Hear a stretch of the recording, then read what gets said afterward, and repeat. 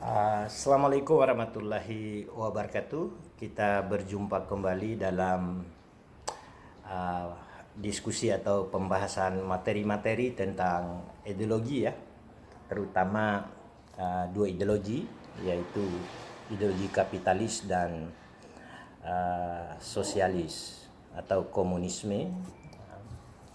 Tapi hari ini kita akan membahas fokus pada tentang komunisme. Pada sejarahnya, teori dan prakteknya dan pergerakannya Partai Komunis itu muncul di awal abad-abad ke-18, yang mana aktor utamanya itu adalah Karl Marx. Karl Marx ini adalah seorang bergenetika Yahudi, hidup pada situasi yang sebenarnya kondisi yang baik ya, kondisi yang bagus, dari keluarga yang terdidik. Namun ada realitas di era Marx itu, dia menjadikan inspirasi, terutama soal genetikanya. Sebagai seorang yang berdarah Yahudi, tentu melihat realitas kehidupan Yahudi yang masuk sebagai warga negara ya, yang diaspora. Diaspora itu adalah warga negara yang tidak memiliki negara, yang dikenal dengan kaum Semit ya, kaum Semit, yang kemudian rentetannya banyak ya, yang kita akan membahas juga tentang bagaimana penyiksaan terhadap orang-orang Yahudi di Jerman. Melihat realitas keadaan rakyat Yahudi yang diaspora itu, Karl Marx ya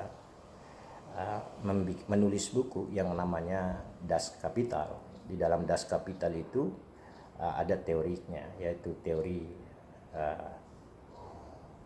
antara kelas masyarakat, kelas gitu, teori kelas. Nah, kelas itu menurut Marx itu ada dua. Yang pertama itu ada kelas petani dulu sebelum revolusi industri, lalu kemudian muncul revolusi industri, dikenal sebagai kaum buruh. Nah, kaum buruh ini dikelompokkan oleh Marx adalah kelompok yang rentan atau miskin, yang selalu dihisap oleh kelompok yang beraliran kapitalis ya, kapitalis yang mengandalkan nilai lebih ya untuk menghisap para buruh, yaitu golongan kaum berjuis. Nah, Marx sangat bertentangan karena dianggap tidak mencerminkan satu keadilan, manusia dieksploitasi oleh kelompok-kelompok tertentu. Nah, ide ini lahir dari teori Karl Marx, yaitu teori antakelas itu sangat dipengaruhi oleh kekhawatiran dia tentang masa depan genetika sebagai seorang Yahudi yang tidak sebagai warga negara diaspora yang tidak punya warga negara. Saya kira dugaan itu yang melatar belakangi sehingga Marx menciptakan teori kelas, yaitu yang terkenal dengan manifesto ada manifesto komunis, adalah manusia yang sama rata sama rasa, tidak ada kelas masyarakat di situ. Lalu teori Karl Marx ini dipelajari dengan baik oleh orang-orang Rusia, terutama Vladimir Lenin. Lenin melihat pandangan-pandangan Marx ini sangat bagus ya, karena memang sebelumnya kelompok-kelompok Lenin ini yang tergabung dalam gerakan Bolshevik itu sangat anti dengan kekaisaran Tsars yang udah ratusan tahun berkuasa, yang dinamakan dengan dinasti Romanov. Romanov itu adalah kekaisaran Rusia yang cukup lama, di mana kehidupan rakyat rakyat pada Rusia pada zaman kekaisaran Tsar itu sangat diskriminatif yang mana kaum gerejawan, kaum aristokrasi yang berkuasa, rakyat hidup dalam menderita. Lalu kemudian dalam situasi seperti itu muncullah kelompok yang namanya nasionalisme atau ideologi yang kita kenal dengan ideologi nasionalis. Nah, nasionalis ini berbeda dengan gerakan Bolshevik, suatu kelompok yang memang menuntut hak demokrasi di sana yang disebut kelompok kanan itu. Nah, lalu Bolshevik ini adalah kelompok kiri. Nah, kelompok kiri ini terus ya melakukan kerjasama. Dalam paham komunis menurut Lenin itu tidak seperti pandangan Karl Marx. Tidak seperti Karl Marx. Kalau Karl Marx berpendapat bahwa ya perjuangan antar kelas yaitu harus dilalui dengan jalan revolusioner. Revolusioner maksud itu perjuangan antara buruh ya dari Rusia sampai dengan Jerman, di Yugoslavia ataupun di negara-negara di Asia Tenggara memiliki kepedulian yang sama yang diikat dalam satu ikatan yang kuat, yaitu kesamaan nasib dan ketertindasan. Jadi pandangan Marx, konsep Marx yang ditawarkan Marx itu lalu kemudian digeser sedikit oleh Lenin menjadikan tidak ada yang salah dalam konsep itu, namun perlu ada kelompok-kelompok kecil yang memiliki disiplin tinggi, ya konsisten, intensitas yang terus menerus. Poinnya sih berdisiplin tinggi. Dan Lenin berpendapat bahwa perjuangan proletar harus koordinir oleh kelompok-kelompok kecil yang memiliki disiplin tinggi, yang punya misi orientasi yang jelas pada satu tujuan. Itu lahirlah suatu disebut dengan diktator proletar yang mengatur proletar. Lalu kemudian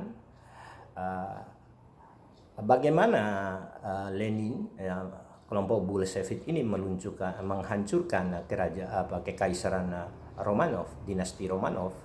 Dia menggunakan tangan kelompok-kelompok nasionalis demokrat pada saat itu.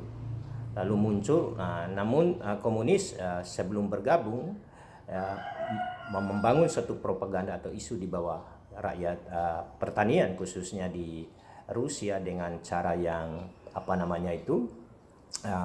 propaganda agitasi, hanya memunculkan suatu perlawanan berdasarkan isu-isu ketidakadilan, pembagian tanah dan sebagainya.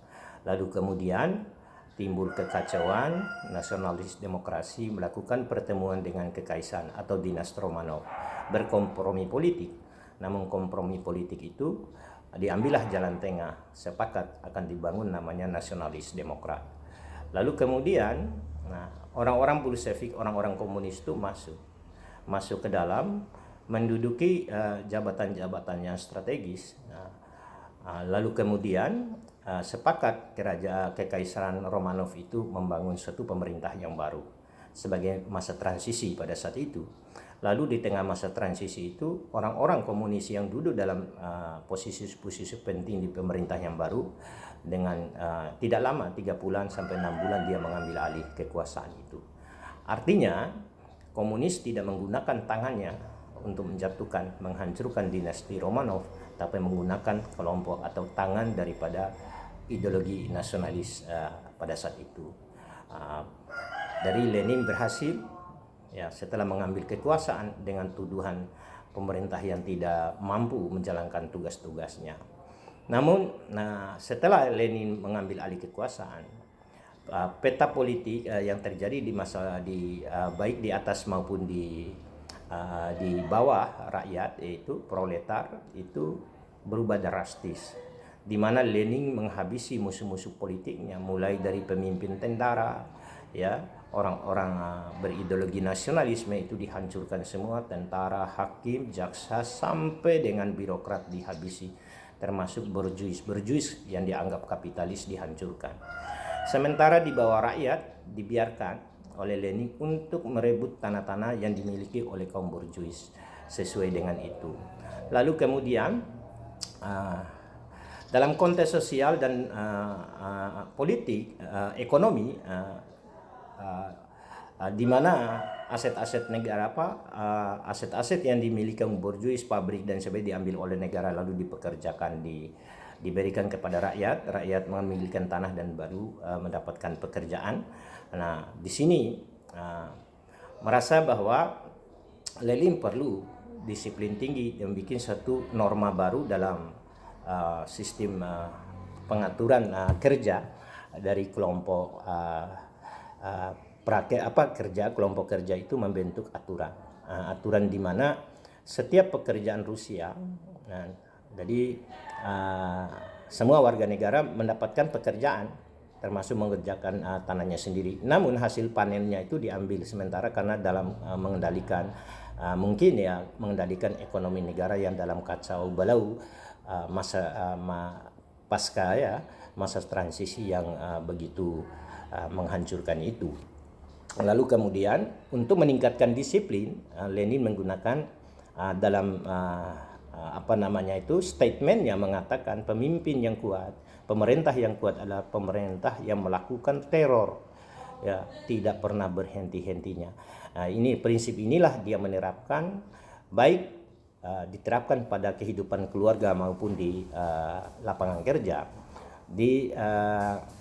Dalam keluarga saja Lenin menggunakan sistem kecurigaan, yang mana dalam satu keluarga itu bapak dan anak, ya, suami istri, ya, saudara sama saudara saling memata-matai, saling mencurigai.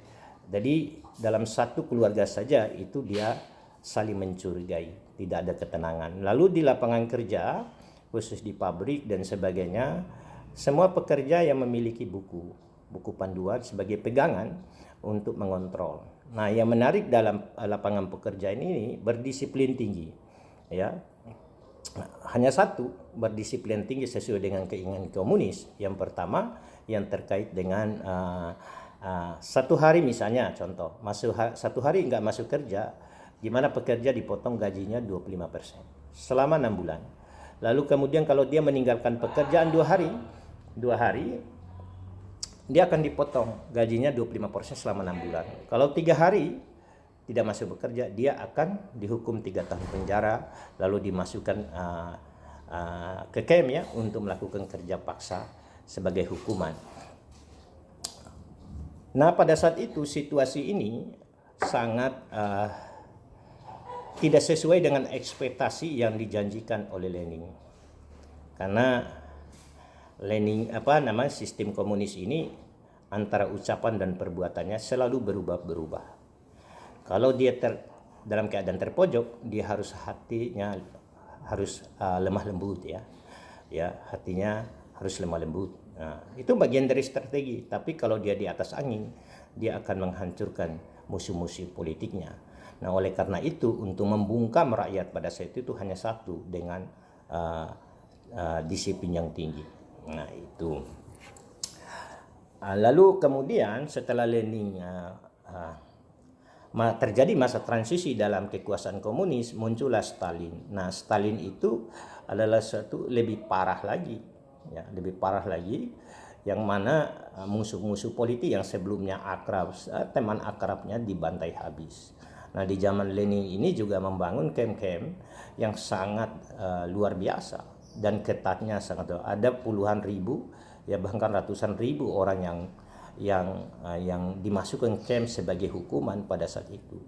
Ya, di antaranya ada tentara merah dan tentara lain dan sebagainya. Itu adalah satu keadaan yang sangat luar biasa di bermacam-macam manusia yang dianggap dapat membahayakan komunis. Nah, di zaman Stalin ini betul-betul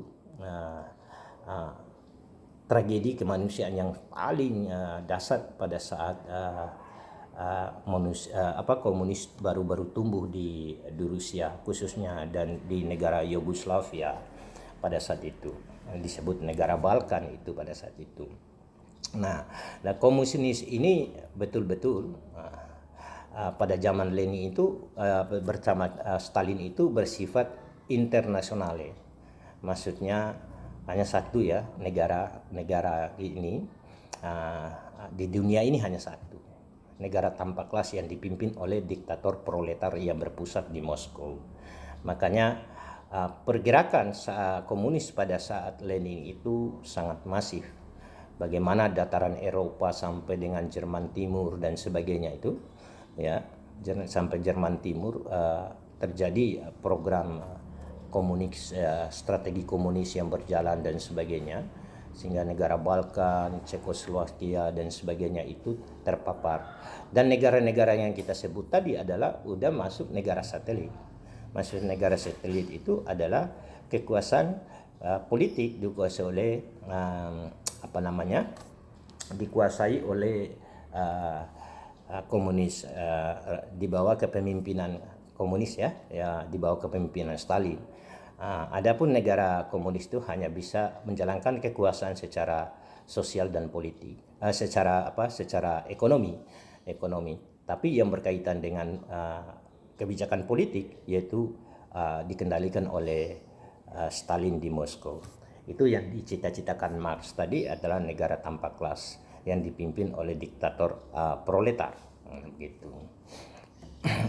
Di situ. Lalu pergerakan di Eropa itu menggunakan juga pola yang sama, seperti bagaimana polanya itu menggunakan ideologi orang yang pengusung nasionalis, sosialis demokrat.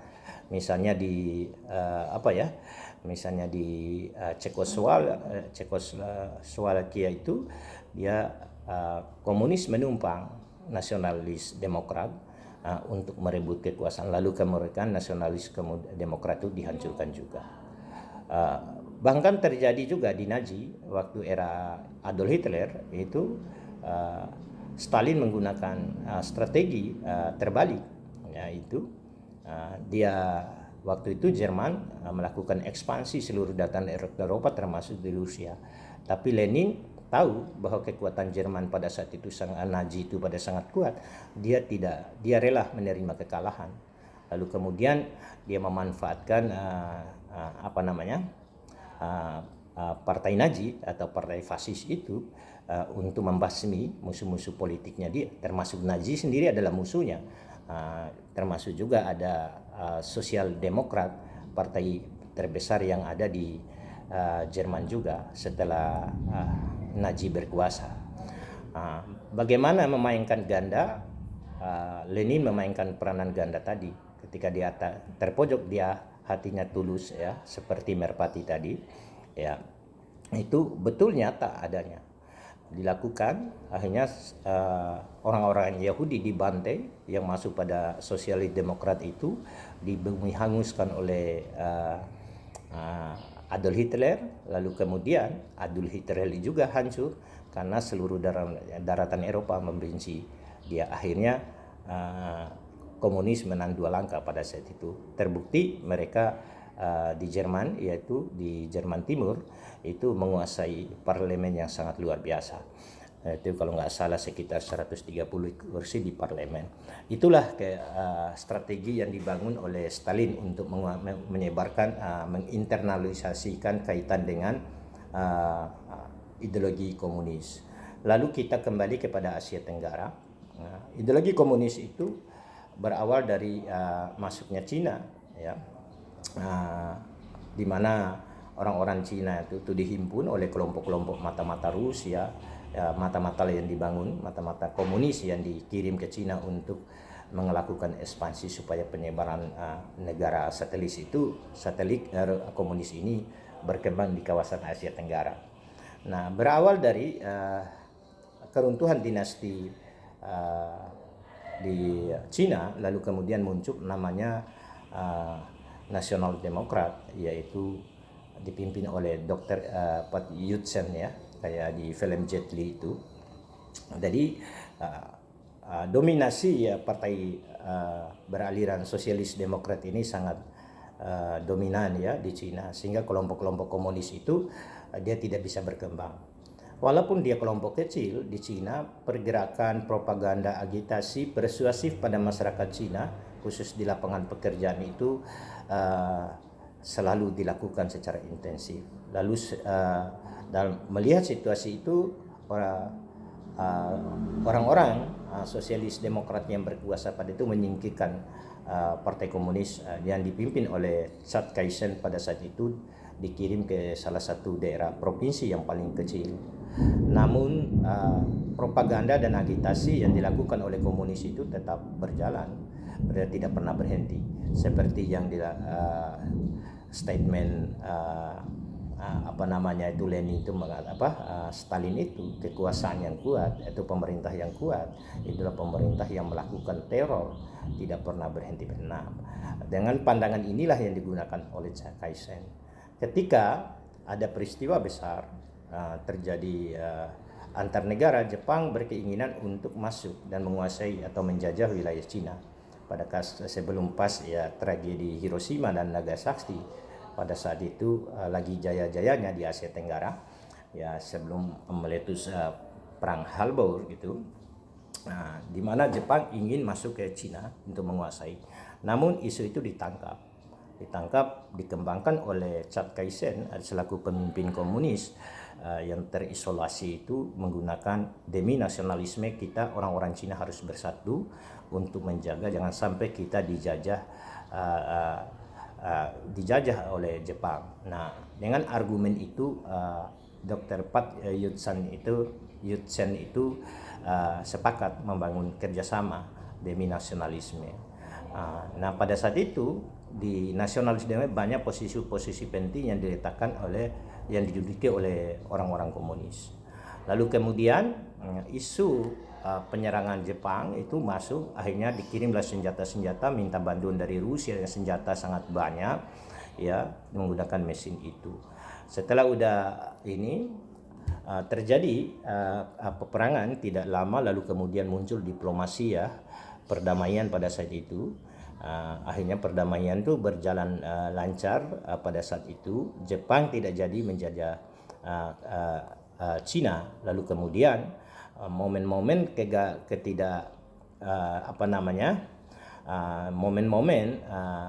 kehadiran Jepang inilah yang dijanjikan oleh orang-orang komunis untuk menguasai Cina pada saat itu. Akhirnya sosialis demokrat yang ditumpang itu akhirnya bisa dihancurkan, yang berujung pada pembantaian pejabat-pejabat sosial demokrat pada saat itu. Akhirnya Dr. Yut-sen itu lari meninggalkan negerinya pada saat itu untuk menyelamatkan diri. Lalu kemudian peran Cina, dominasi Cina menjadi partai komunis itu berkembang, tidak berhenti pada saat itu. Korea Utara bergabung menjadi negara satelit. Namun internasional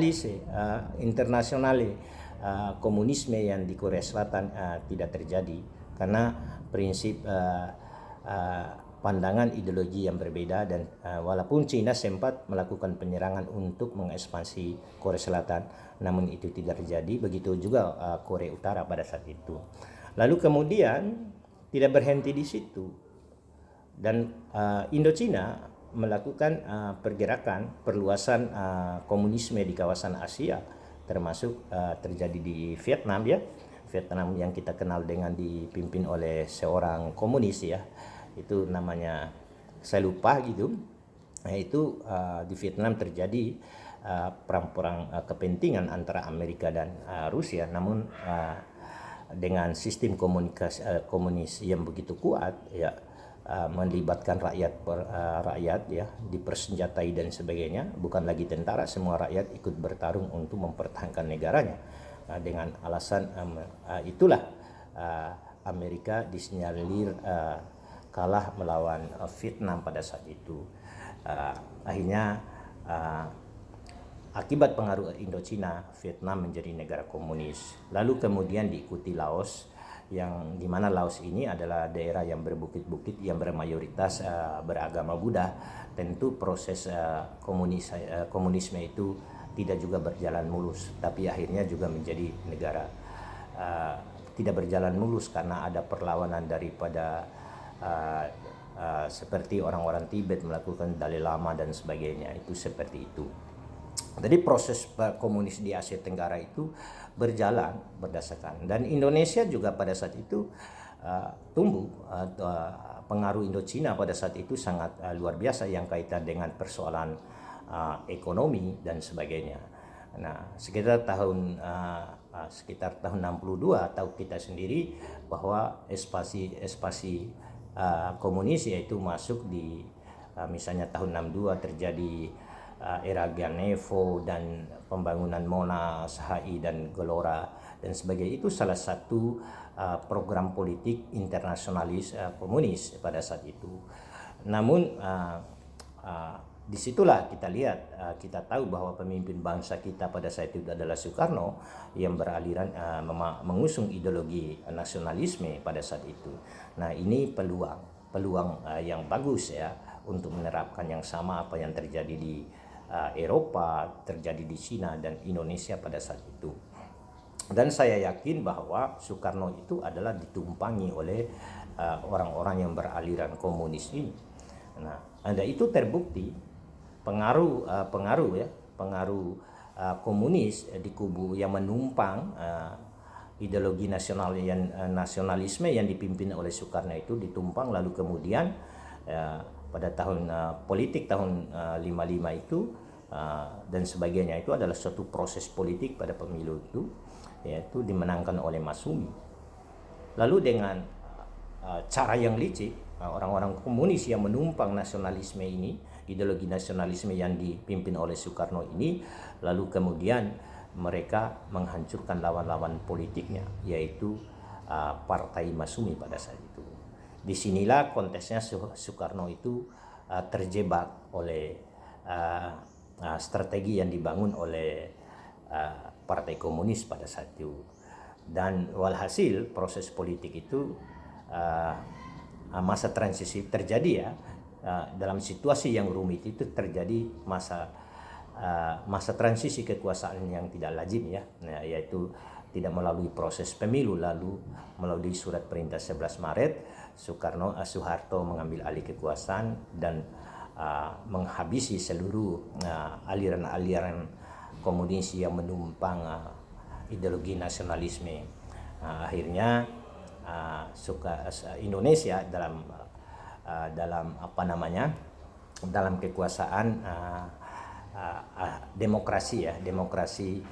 dalam demokrasi yang diusung oleh lahirnya pandangan-pandangan sekuler dan sistem ekonomi dan politik yang berkarakteristik sekuler dan kapitalis. Nah, Indonesia mulai terbuka dengan modal asing dan sebagainya. Itulah proses politik yang terjadi, bagaimana perang komunis yang ada di Indonesia yang gagal itu. Lalu kemudian apa sih, kita kan selalu menganggap bahwa komunis itu ya jahat ya memang kalau menurut saya sangat jahat, tapi kita kurang luas memahami tentang komunis itu. Sebenarnya apa yang terjadi pada peristiwa tahun 65 itu bagian daripada strategi komunis, saya bisa katakan begitu, karena Soekarno ditumpangi ideologinya, Adolf Hitler ditumpangi ideologinya, Cina juga ditumpangi untuk menghancurkan. Inilah kehebatan komunis, itu bisa bermain di atas dan bisa bermain di bawah. Dia punya cadangan ya, kalau dia tidak sukses di bawah dengan kesabaran, di atas dengan kesabaran, tapi tunggu momentum penting, dan momentum itu mereka juga buat sendiri. Lalu hari ini kalau kita berkacamata dengan kenapa sih ya setiap terjadi ya khusus dalam negeri kita, setiap ada masa transisi politik atau pergantian kekuasaan melalui proses pemilu. Ketika pemilu mendekat, isu ini selalu muncul. Bagaimana pada 2017 yaitu terjadi isu-isu komunisme itu mencuat di permukaan tahun 2017 proses pilkada DKI. Lalu puncaknya tahun 2019 ya muncul isu-isu PKI ini menjadi satu isu yang sangat hot ya setiap politik. Padahal kalau mau tahu gitu, kalau mau lihat kita melihat ya pergerakan selalu kita melihat Soekarno gitu. Orang-orang nasional itu identik dengan komunis. Saya tidak melihat itu. Tapi orang-orang mengusung ideologi nasionalisme ditumpangi oleh komunis itu bukan saja terjadi di Indonesia, terjadi di Cina, terjadi di Jerman. Itulah yang dilakukan oleh komunis di mana-mana dia menumpang itu. Nah, sehingga kita sekarang itu identik memandang ya kisah Soekarno lah itu beraliran ini dan sebagainya. Saya melihat tidak seperti itu. Nah, stigma itu selalu muncul. Mungkin ini adalah konstruksi yang dibangun oleh komunikator politik atau politisi untuk menarik ya dukungan masyarakat pada dia, terutama yang kita tahu bahwa politisi dan aktor politik itu paham Indonesia adalah mayoritas muslim, karena komunis ini adalah ya di atas agama yang di atas agama yang lain. Bila perlu agama yang lain itu tidak ada, hanya agama komunis yang ada. Itulah yang harus dipahami oleh kita, bahwa setiap kontestasi politik isu ini selalu muncul. Ya, karena isu ini ya sangat hot karena dilarang di Indonesia karena ada PP ya, peraturan TAP MPR ya yang membatasinya itu.